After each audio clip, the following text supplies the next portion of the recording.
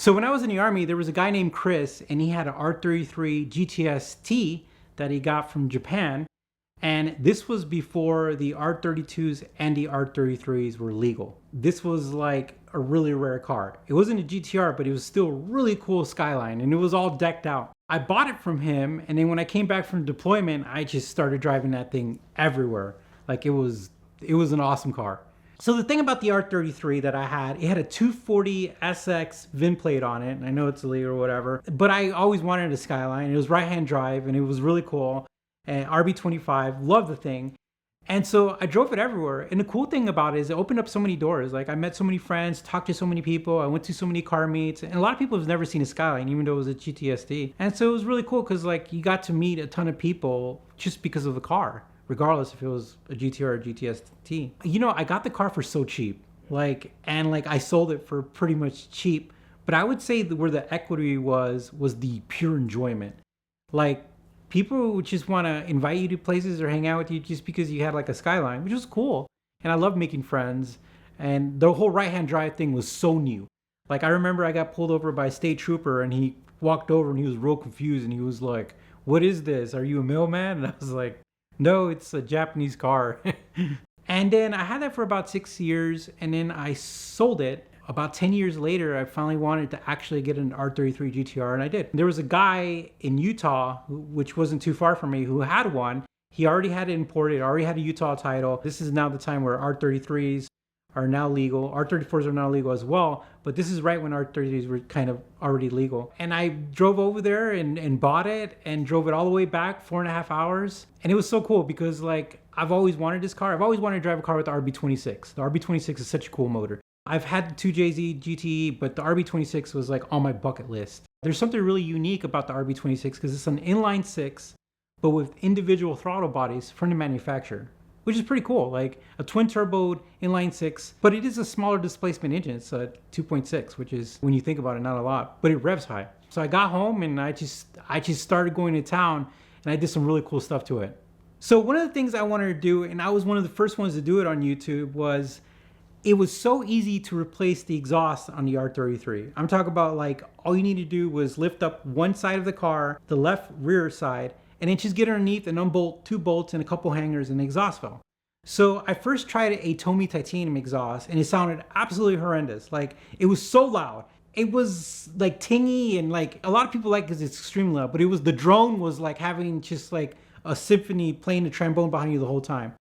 So then I decided to try a Fuji something exhaust. I don't know, some exhaust from Japan, too quiet. So then I decided to try a test pipe with a different combination of everything, nothing. But then I ordered the HKS Super exhaust. I know that sounds funny, the HKS Super Turbo exhaust. That's the name, literally, which is kind of funny. It's like, what are we gonna call our exhaust? Super Turbo. And I put that exhaust on there, and it sounded incredible. So I made a video of like the different combinations. I tried test pipe, no test pipe. Then I bought a Tomy downpipe, and then I finally found the perfect combination where it was a Tomy downpipe. You can get a Mines downpipe too, that's fine. Equal length. And then a test pipe, and then the Super Turbo exhaust from HKS. And it's the perfect combo. And now that is the standard for all Skylines. Like you go online, they're all running the HKS Super Turbo exhaust, like everyone. And that all came from our channel. Like we made that happen, which is so cool. The R33s, R34s, and R32s, that's what they do now.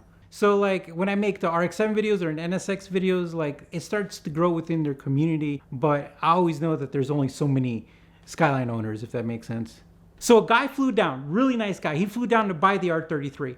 The guy flew in from Virginia, super cool guy. I picked him up from the airport. I showed him the car. He loved the car. He says, I want the car. So I said, you know what? I'm gonna buy us lunch. So we go get lunch, and on the way back, I stop at a red light, and then I go, and then all of a sudden, like he says, do you smell that? And I'm like, I smell that too. What is that? And then about a quarter mile down the road, he's like, there's smoke coming out of your hood. And I'm like, oh snap, oh snap. And I'm like, not far from my house. I'm like, let's just get to my house. And every like few feet we're going down, smoke is just growing and growing. So we get to my house, and it starts to rain too. We jump out of the house, and I didn't know this. My wife told me we have a rain camera, so we caught it all on video. And now it's smoking. So I open up the hood, and it's like starting to like catch on fire. So I got my fire extinguisher, which was cool because like I made a video about installing that in Skyline, which finally use your fire extinguisher. And then I took it out, I blew it all in the engine bay. And as I'm blowing it in the engine bay, I look at the guy who's supposed to buy the car, and he's just looking at me like just big eyes, like this is the car he's gonna buy. You know, like the fire goes out and I just close the hood because I'm like, I'm not even dealing with this. Let's just go eat. So we eat and then we come back and it's still sizzling, and I open it up and I look and the belt is just gone. It's like it caught on fire. And it was because the AC compressor seized and like somehow like it like made everything catch on fire. And then the guy was like, I'm not gonna buy it. And then I was like, all right.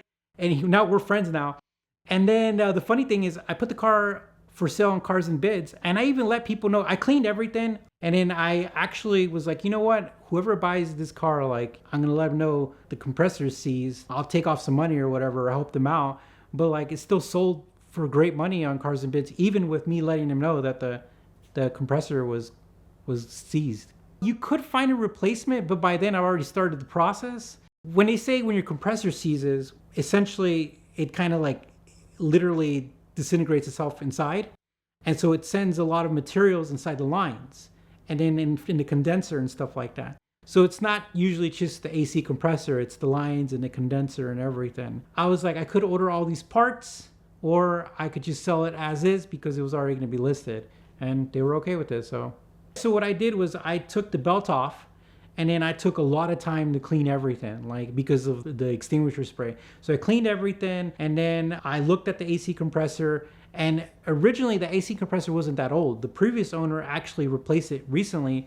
He used an RB25 compressor, which you could use, which is cheaper. But yeah, essentially you're gonna have to replace the condenser and then some other parts with the AC.